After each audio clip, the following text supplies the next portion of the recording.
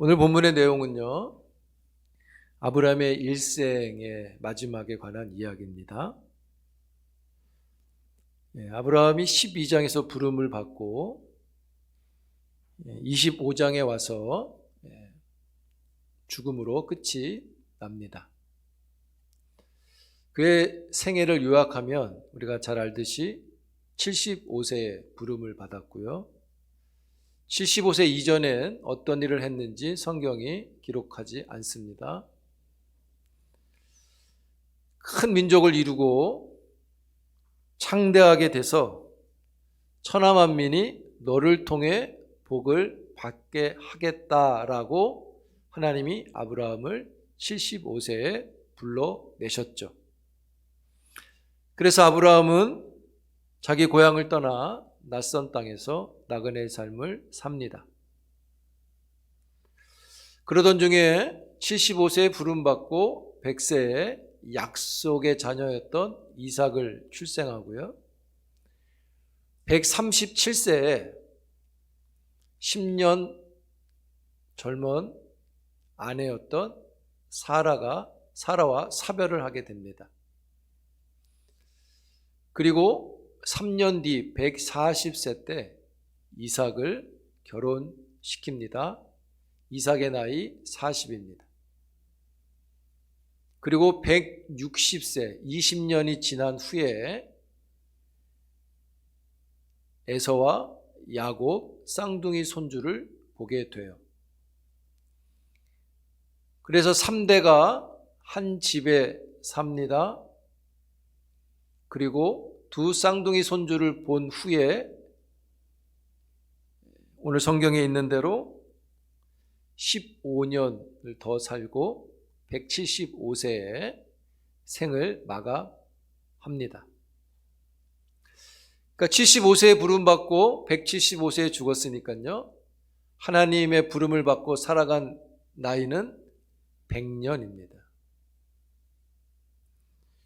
이 100년 동안 하나님의 부르심 아래서 살아간 이 아브라함에게 이 100년의 인생에서 가장 중요한 게 무엇인가 이게 하나를 딱 꼽는다면 그것은 아브라함과 하나님 사이에 맺어진 약속, 즉 언약이라고 할 수 있습니다. 하나님은 아브라함을 참 중요하게 여기시죠. 그렇게 대단한 사람도 아닌데요. 중요하게 여기십니다. 오히려 아브라함은 좀 연약했잖아요. 자기 목숨을 지키려고 가족들을 팔기도 했고 하나님의 약속을 분명히 줬는데도 약속을 기다리지 못해서 이스마엘이라는 아들을 출산하죠. 그럼에도 부르신 그 12장부터 창세기 12장부터 24장까지 보면 하나님은 아브라함을 중요하게 여기시고 그를 세워주시죠.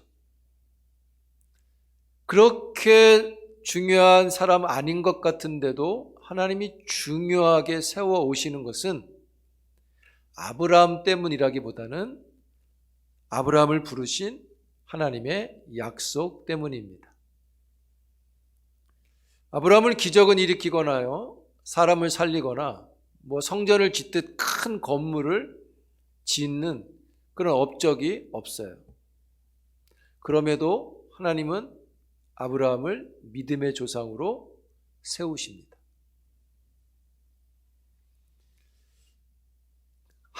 아브라함이 믿음의 조상으로 세움받게 되는 것은요, 어떠한 업적 때문이 아니라 하나님이 그에게 주신 하나님의 약속 때문인 겁니다. 그래서 아브라함에게 이 언약은 전부와 같다고 할 수 있어요. 그래서 아브라함의 가치는 아브라함으로부터 스스로 나오는 게 아니라 아브라함을 부르신 하나님의 약속으로부터 그의 가치성이 나타나는 것입니다. 왜요? 하나님이 그를 부르셨기 때문입니다. 여러분 25장을 처음부터 끝까지 쫙 읽었는데 무엇이 기억나세요? 많은 이야기가 이 안에 나옵니다. 첫 번째는 아브라함이 재혼한 이야기가 나와요. 사라가 죽고 140세, 그러니까 이삭이 장가간 이후에 재혼을 합니다. 두 번째 이야기는 아브라함이 죽은 이야기가 나오고, 세 번째는 그 다음 아들이었던 이스마엘과 이삭의 이야기가 나오고, 그 다음엔 이삭의 아들인 에서와 야곱의 이야기가 나오고, 마지막으로 그 둘이 장자의 명분을 팥죽으로 팔았다는 이야기가 나오고 있습니다.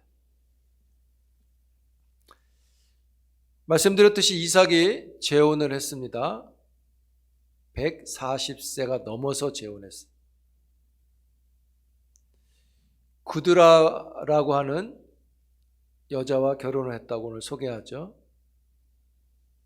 더 놀라운 것은 140세가 넘어서 재혼을 했는데 자녀를 출산합니다.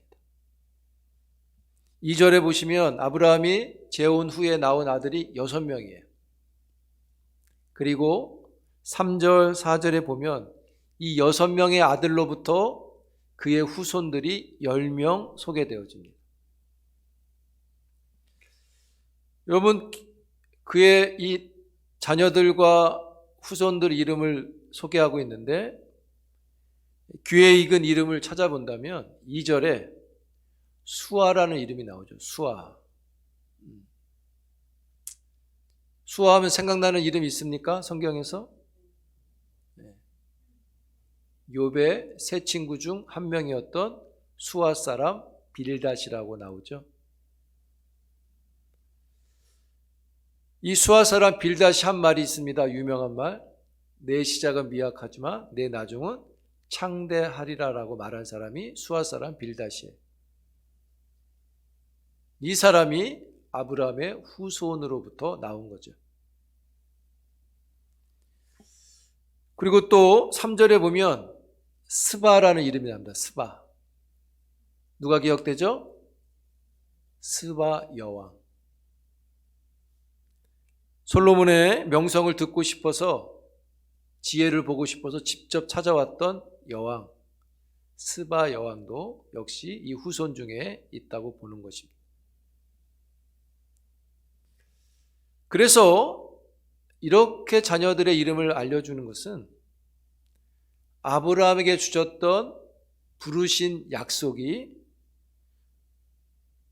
복이 되어서 천하 만민에게 확장되고 있음을 말하고 있는 것이죠. 그래서 여러분, 25장은 족보, 아브라함에게 주신 약속이 이루어진 것을 족보를 통해서 보여줍니다. 특별히 이 아들 8명을 다 소개하죠. 아브라함의 아들 8명이 다 소개되는 건 이 25장밖에 없어요. 이렇게 아들들을 다 소개하는 의도가 있어 보입니다. 자, 우리 5절, 6절 한번 읽어볼까요? 그 아들들을 다 소개하는 의도가 뭔가? 시작. 아브라함이 이삭에게 자기의 모든 소유를 주었고 에게도 재산을 주어 자기 생전에 그들로 하여금 자기 아들 이삭을 떠나 동방 곧 동쪽 땅으로 가게 하였더라. 아브라함의 아들들을 자세하게 말하는 의도는 이런 겁니다. 아브라함에게 이런 아들이 있었는데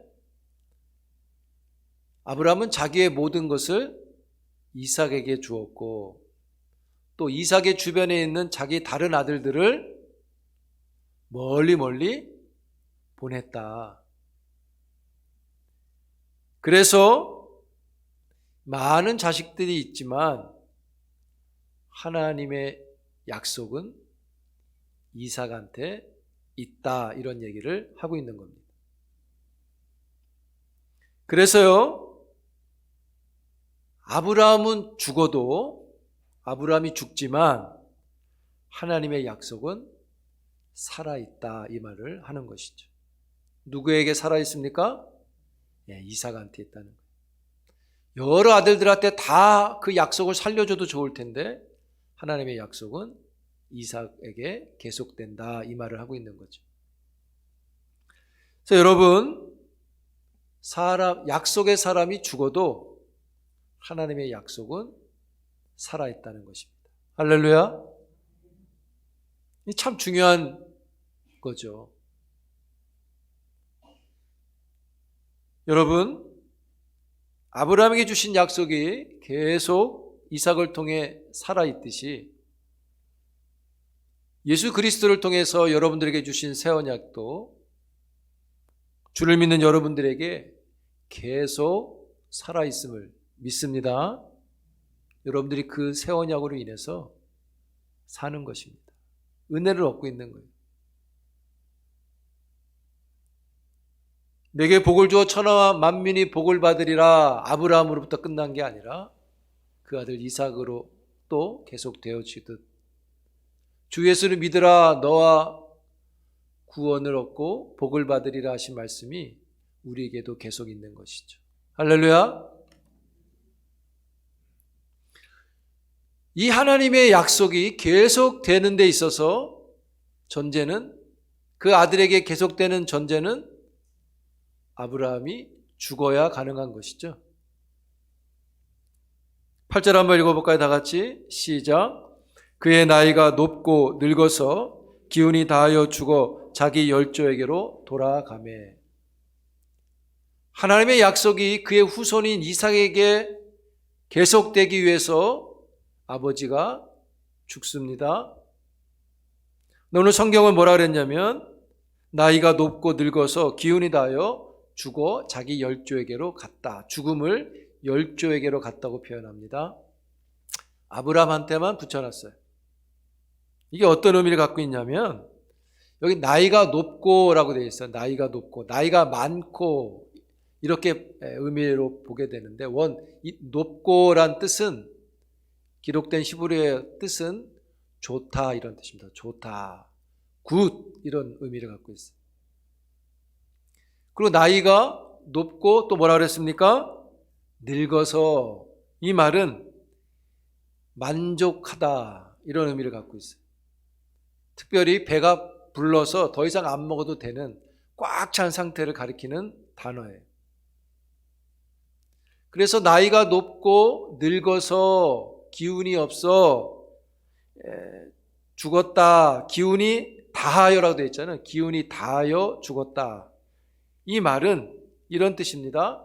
아브라함이 부름받고 100년 동안 인생을 살았는데 하나님의 은혜로 만족스럽게 살았습니다.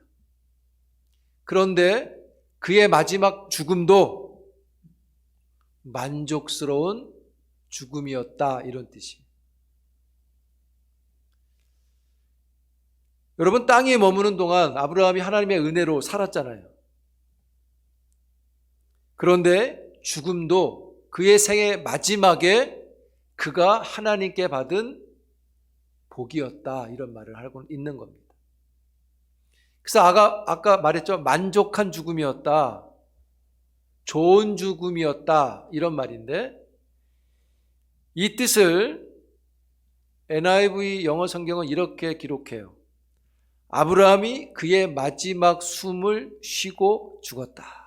어떻게 죽었다고요? 마지막 숨을 쉬고 죽었다. 여러분, 사람이 태어날 때 숨을 쉬죠, 처음으로. 그리고 마지막으로 숨을 쉬고 또 죽습니다. 근데 여기서 아브라함이 마지막에 숨을 쉬고 죽었다, 이 의미는 뭐냐면 하나님께서 그를 부르셨잖아요. 그리고 부르심의 삶을 시작했는데 그의 인생에서 마지막까지 있는 숨을 남김없이 다 쉬고 죽었다 이런 뜻이에요. 그래서 복된 죽음을 맞이한 겁니다. 즉 하나님이 그를 부르신 목적을 갖고 있었는데 그게 마지막까지 그가 다 채우고 하나님이 여기까지 숨쉬고 살아라고 한 거기까지 마지막 한 번의 숨까지 다 쉬고 죽었다는 거예요.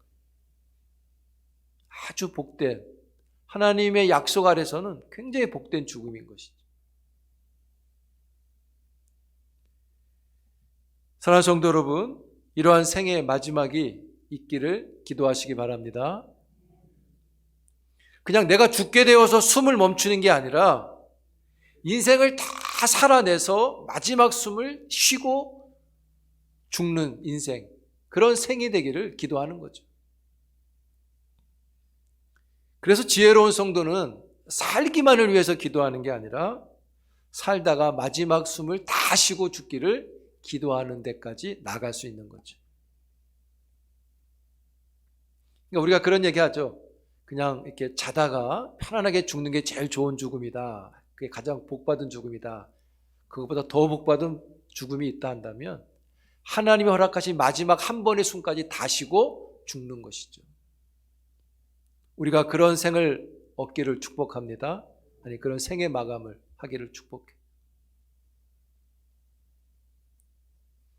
그래서 막 숨을 못 쉬어서 죽는 게 아니라 마지막까지 그냥 숨을 딱 쉬고 죽는 것이죠. 아브라함이 그의 죽음이 끝까지 복을 받는 거예요. 부름받은 아브라함이 참 파란만장한 주어진 횟수를 살다가 모자람 없이 꽉 채우고 열조에게로 돌아갔어요.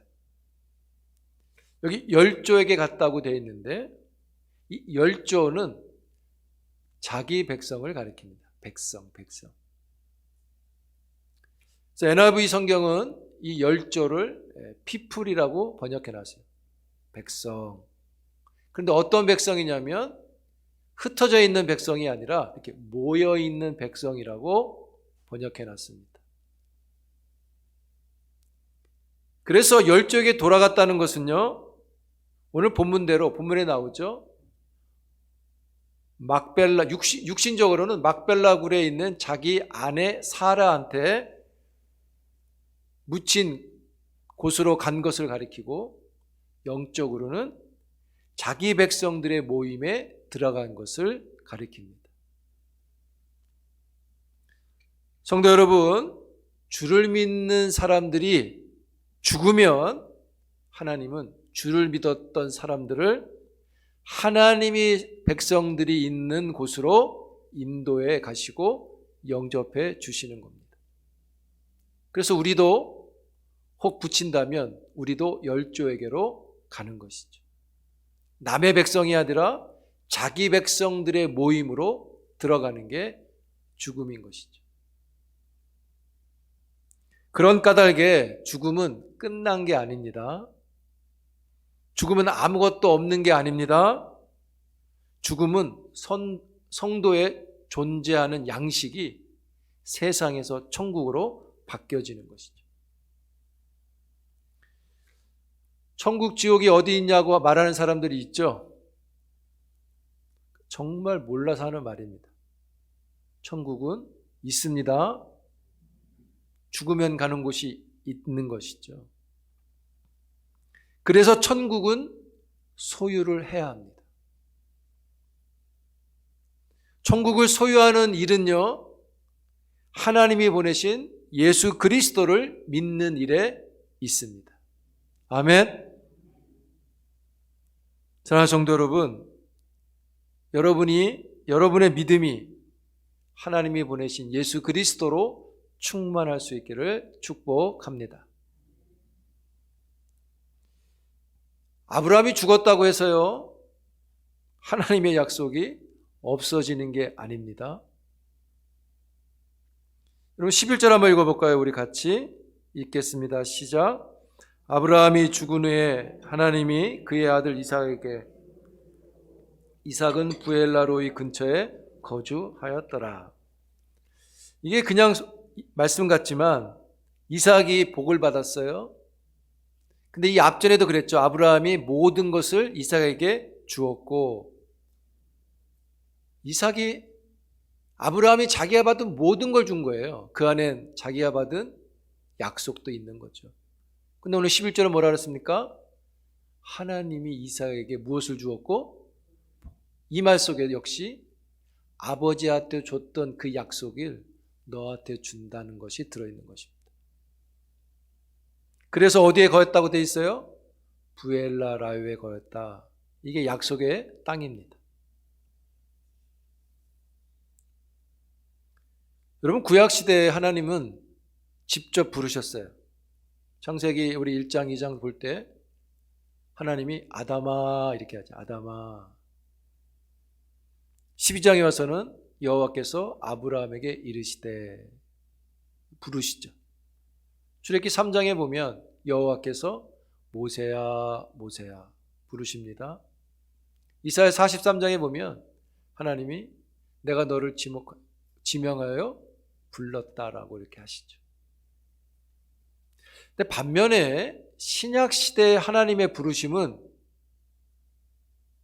직접 부르지 않으시고 신약의 시대에는 하나님의 부르심이 예수 그리스도 안에 있습니다. 요한복음 3장 16절에 독생자를 믿는 자가 영생을 얻는다. 사도행전 2장에 주의 이름을 부르자는 구원을 얻는다. 16장에 예수를 믿으라 구원을 얻으리라. 신약 시대의 하나님의 부르심은 예수 안에 있습니다. 그런데 예수 안에서 이 부르시는 일, 로마서 11장에 보면 이런 말씀이 있죠. 하나님의 부르심에는 후회하심이 없다. 예수 안에서 부르는 일이 후회하심이 없다. 여러분이 예수 안에서 부름을 받았다면 후회하심은 없는 거죠. 그리고 예수 안에서 후회 없이 부르신 여러분들을 통해서 하나님의 약속은, 언약은 계속되어지고 이루어져 가는 것이죠. 말씀드렸듯이 아버지가 있기 때문에 가능한 일입니다. 아버지가 마지막 숨을 다 쉬고 열조에게로 갔기 때문에 그 아들이 이 약속을 이어가는 것이죠. 여러분들도 하나님께 받은 약속을 다 이루셔서 여러분의 자녀들이, 후손들이 그 약속의 복을 누릴 수 있도록 믿음 안에 있기를 축복합니다. 그래서 여러분들을 통해서 약속이 계속되어지고 그 약속이 이루어지기 때문에 하나님은 여러분들을 원하시고 기대하시는 겁니다. 그래서 여러분들을 사랑해 주시는 겁니다. 그런 까닭에 부름받은 여러분들, 믿음으로 하나님의 부르신 일을 하면서 믿음으로 살다가 믿음으로 죽는 데까지 가는 약속의 자녀들이 되기를 축복합니다. 그냥 신앙생활을 하는 게 아니라 부름을 따라서, 약속을 따라서 해가는 것이죠. 성도 여러분, 그러므로 여러분 한 분 한 분은요, 그냥 인생이 아닌 거죠. 하나님의 약속으로 부름받은 인생이기 때문에 여러분의 인생에 하나님의 목적과 꿈이 들어있기 때문에 여러분들의 인생을 사랑하셔야 합니다. 그리고 옆에 있는 지체의 인생도 귀하게 여겨야 합니다. 그래서 살인하지 말라는 거예요. 미워하지 말라는 것입니다. 서로 돌아보아 격려하라고 하는 것입니다. 여러분, 하나님이 여러분을 부르셨다는 것, 여러분 인생에 하나님의 꿈이 있다는 것은 여러분 인생 속에 하나님이 계시다는 말과 같은 것이죠. 할렐루야. 그런 까닭에 여러분의 인생을 귀하게 여기시고 하나님께 마음을 맞추고 살아가는, 부름을 따라 약속에 참여하는 약속의 자녀들이 되기를 축복합니다. 그래서 우리도 언젠간 부름을 마친 자녀가 되겠죠. 그리고 우리의 부름이 마침이 또 우리의 자녀들이 새로 시작하겠죠. 부름을 따라 약속에 참여하는 하나님의 사람들이 되기를 주의 이름으로 축복하며 약속의 자녀가 누리는 복이 여러분 것이 되기를 주의 이름으로 축복합니다. 기도합니다. 하나님 감사합니다. 우리를 부르셨습니다. 예수 그리스도 안에서 불러주셨습니다. 이 어려운 때에 우리에게 힘이 되는 것은 우리에게 약속이 있다는 것입니다. 약속을 주신 분은 하나님이요, 하나님의 약속은 살아 있습니다. 그 약속에 참여하는 주의 자녀들 되게 주시옵소서. 약속의 자녀들에게 주시는 은혜와 복을 누리도록 축복해 주시옵소서. 예수님의 이름으로 기도합니다.